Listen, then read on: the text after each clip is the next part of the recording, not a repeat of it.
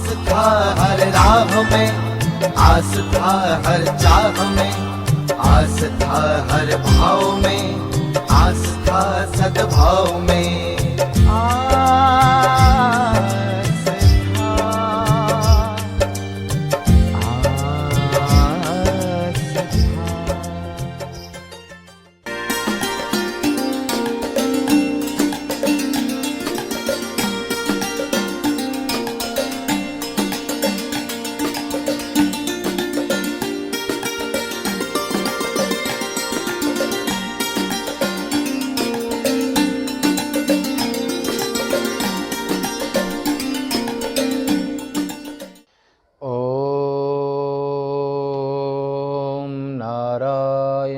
नमस्कृत्य नर चैव नरोत्तमं देवीं सरस्वतीं व्यासं ततो जयमुदीरयेत।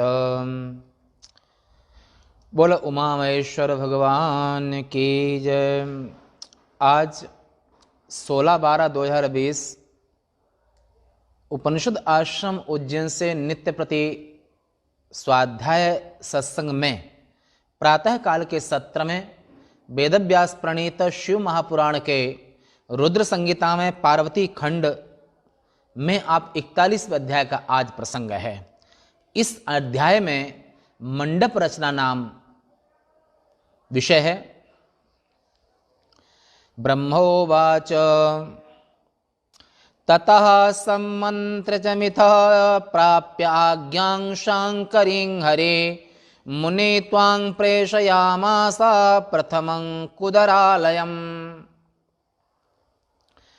ब्रह्मा जी ने कहा, हे मुनि नारद, उसके बाद आपस में मंत्रणा करके शिवजी की आज्ञा पाकर विष्णु भगवान ने सबसे पहले तुम्हें यानी कि नारद को हिमालय भेजा, भवन में भेजा, हिमालय भवन।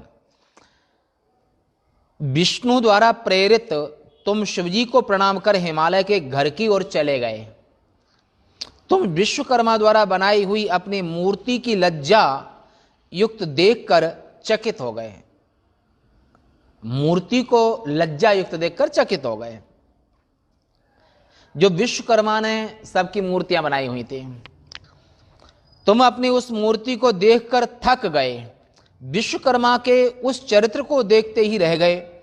फिर हिमालय के रत्न चित्रित उस मंडप में तुमने प्रवेश किया जो स्वर्ण कलशों से युक्त था, जहां रंभा आदि अप्सराएं थीं।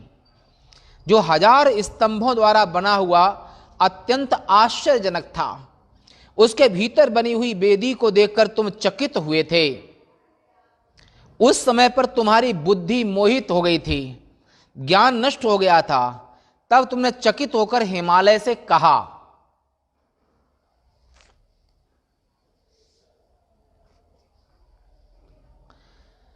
क्या विष्णु आदि देवता, सिद्ध, महर्षि, अन्य देवता भी आ चुके हैं? हे नगाधिराज, सच कहिए, तब बैल में बैठकर महादेव अपने गणों के साथ विवाह करने के लिए आ चुके।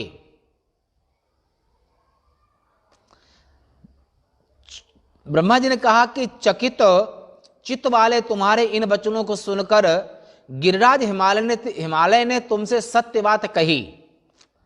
उनने कहा, हे बुद्धिमान नारद, पार्वती के साथ विवाह करने के लिए शिवजी अभी बरातियों के साथ नहीं आए हैं। हे नारद, ये विश्वकर्मा द्वारा बनाए गए चित्र आश्चर्य को छोड़ो, शिव का स्मरण करो, स्वस्थ हो, कुछ खाकर विश्राम करो, प्रसन्न होकर मेरे ऊपर कृपा करो। मैनाक आदि पर्वतों के साथ तुम शिवजी के पास जाओ। हे महामते, इन पर्वतों के साथ वहां जाकर मेरी ओर से प्रार्थना करके देवता, ऋषि, सुर, असुर द्वारा पूजित चरण कमल वाले शिवजी को यहां लेकर के आओ बारात के सहित। ऐसा हिमालय नारद जी को कहा। बाहर जाकर के अगवानी करके बारात के सहित दामाद शिव को लेकर के आओ। ब्रह्मा जी ने कहा वहां भोजन विश्राम आदि करके हिमालय जाकर मेरी ओर से प्रार्थना करके देवता ऋषि सुर असुर द्वारा पूजित चरण कमल वाले शिवजी को यहां ले आओ। वहां भोजन विश्राम आदि करके हिमालय के पुत्रों सहित तुम शिवजी के पास आए। ब्रह्मा जी ने कहा फिर ऐसा उन्होंने कहा तुम शिवजी के पास में उनके पुत्रों के सहित आए बारात को लेने के लिए। वहां देवताओं के बीच में बैठे हुए शिवजी को देखकर तुमने शैल पुत्रों ने उन्हें प्रणाम किया, महादेव को, देवादिदेव को प्रणाम किया। तब मुझ विष्णु ने, माने मैंने और विष्णु ने, ब्रह्मा जी कह रहे हैं हमने और विष्णु ने, इंद्र आदि देवताओं ने और शिवजी के गणों ने तुमसे ये पूछा। मैनाक, सह्य, सुमेरु आदि पर्वतों को अनेक अलंकारों से अलंकृत देखकर संदेह में पड़े हुए एवं चकित ये अधिदेव रूप में एक कल्प तक पर्वत आदि भी, नदी, ये सब पर्वत आदि भी रहेंगे, तो वहां पर इनमें एक पावर शक्ति होती है कि ये कोई भी रूप धारण कर सकते हैं। पर्वत उसी जगह स्थिर रहेंगे परंतु वहां से रूप धारण करके ब्रह्मलोक भी जा सकते हैं, अन्य लोक भी जा सकते हैं। ऐसी पृथ्वी भी स्त्री का रूप धारण कर सकती है। संग गो तनुधारी धैन विचारी भूदेवी, परम सुंदरी मातृशक्ति का रूप भी ले सकती है और गाय का रूप भी ले सकती है। ऐसे देव कोटि में ये उनका संकल्प सिद्धि स्वभाव से ही सिद्ध होती है। नारद, हिमालय शिवजी की कन्या देगा कि नहीं, ये विष्णु पूछा उन्होंने। तो हिमालय के घर में आज क्या हो रहा है उसे कहो। इस प्रकार संदेह के कारण पूछने वाले हम देवताओं के संदेह को दूर करो। विष्णु आदि देवताओं की बात को सुनकर तुम विश्वकर्मा की माया से चकित होकर और बोले,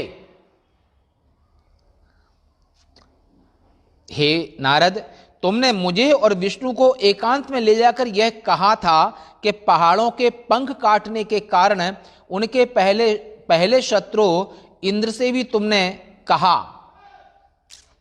नारद जी ने कहा कि विश्वकर्मा ने सभी देवताओं को मोहित करने के लिए ऐसे चित्र बनाए जिनसे वह सभी देवताओं को युक्ति पूर्वक प्रेम से मोहित कर लेना चाहता था।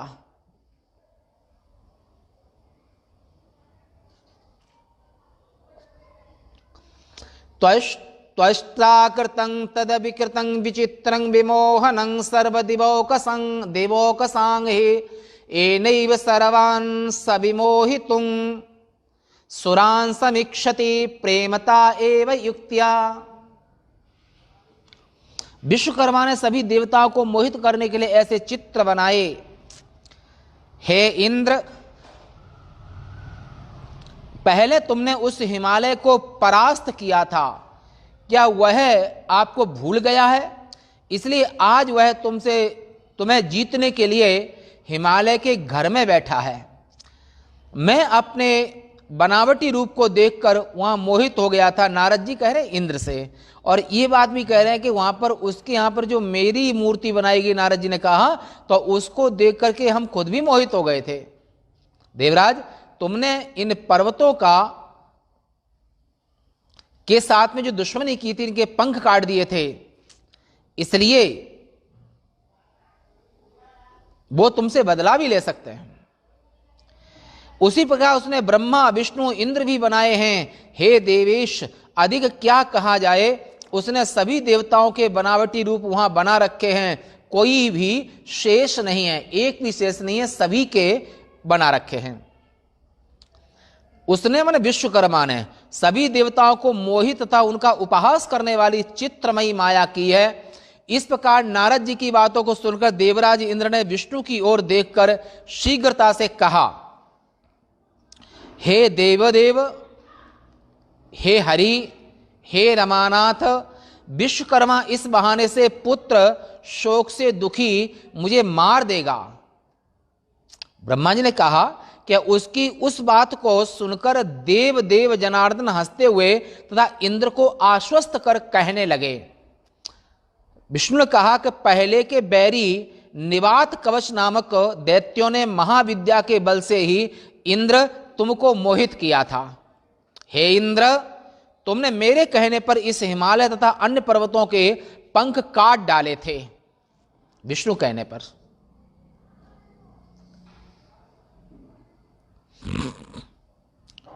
पर्वतो हिमवानेश तथान्येखिल पर्वताः विपक्षा ही कृता सर्वे मम वाक्याच वासव। इंद्र महाराज, इंद्र से विष्णु ने कहा कि तुमने जो पर्वत के पंख काटे थे वो मेरी ही प्रेरणा से काटे थे। यदि ये मूर्ख पहाड़ उस बैर का स्मरण करके अपनी माया से हम लोगों को जीतना चाहें तो शत्रु से भी डरना नहीं चाहिए। हे इंद्र, भगवान भक्तवत्सल शिवजी निसंदेह हम सबकी रक्षा करेंगे। इस प्रकार वार्तालाप करते हुए इंद्र को घबराया हुआ देखकर लोक व्यवहार का आश्रय लेकर शिवजी ने कहा, हे विष्णु, हे इंद्र, आप लोग आपस में क्या कह रहे हो? एक प्रश्न किया। शिवजी ने उन दोनों से ऐसा पूछकर तुमसे यानी कि नारद से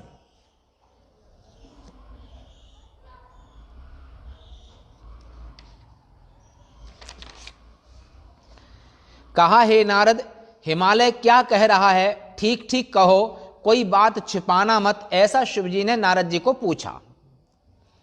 हे तात नारद, हिमालय अपनी कन्या को देना चाहता है कि नहीं? शीघ्र बोलो। वहां जाकर तुमने क्या देखा, क्या किया, उसे भी शीघ्र प्रेम से कहो। यह प्रश्न महादेव ने नारद जी से करे। ददाति वा नैव ददाति शैलः सुतां स्वकीयां वदतच्च शीघ्रं किन्ते दृष्टं किं कृतं तत्र गत्वा प्रीत्या सर्वं तद्वदाश्वद्यतात। ब्रह्मा जी ने कहा, शिवजी के ऐसा कहने पर तुमने जो वहां मंडप में देखा था वह सब तुमने एकांत में भगवान शिव को कह दिया। नारद जी ने कहा, हे देवादिदेव महादेव, हे नाथ,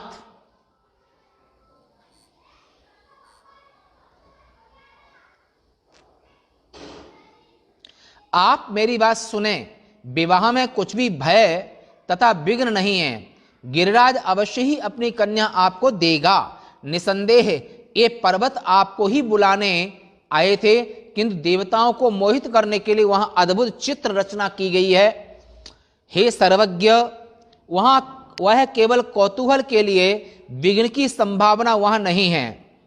हे स्वामी, हिमालय की आज्ञा से उसके घर में महान मायावी विश्वकर्मा ने अनेक आश्चर्यों से युक्त सुंदर मंडप बनाया है। सभी देवताओं के चित्र भी मन मोहित करने में समर्थ बनाए हैं, जिन्हें देख मैं उसकी माया से मोहित हो गया। हे तात, उस बात को सुनकर लोक लीला में निपुण प्रभु शिवजी ने हंसते हुए सभी देवताओं से कहा, हे विष्णु जी, यदि हिमालय अपनी कन्या मुझे देता है तो उसकी माया से क्या करना? हे ब्रह्मा जी, मुनियों, इंद्र, देवताओं, आप लोग भी कहिए, यदि हिमालय अपनी कन्या देता है तो उसकी माया से हमें क्या करना है? न्याय शास्त्र के विद्वानों का कथन है कि किसी उपाय से फल प्राप्ति होनी चाहिए। इसलिए आप सब विष्णु भगवान को आगे करके कार्य सिद्ध करने के लिए जाइए। जब शिवजी देवताओं से इस प्रकार बातें कर रहे थे तब सामान्य पुरुष की भांति सब काम के वशीभूत हो गए।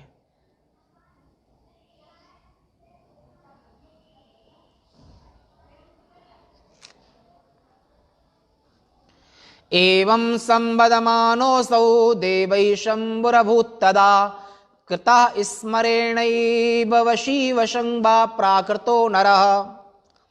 उसके बाद शिवजी की आज्ञा से विष्णु आदि देवता, ऋषि तथा महात्माओं का मोह दूर हो गया। हे मुनि नारद, वे सब तुम्हें और उन पार्वती पर्वतों को आगे करके हिमालय के घर में जाकर के आश्चर्यचकित हुए। उसके बाद विष्णु आदि देवताओं तथा अपने गणाधिपों की सेना के साथ प्रसन्नचित्त शिवजी गिरिराज हिमालय के नगर में बारात लेकर के आए। अत विष्णुआदि संयुक्त मुदितै स्वबलैर्युतः आजगामोपहैमागं पुरं प्रमुदितो हरः महादेव प्रसन्नचित्त होकर के बारात लेकर के हिमालय के राजमहल में पहुंचे। शेष वार्ता कल। आज का प्रसंग यहीं तक। जय महादेव।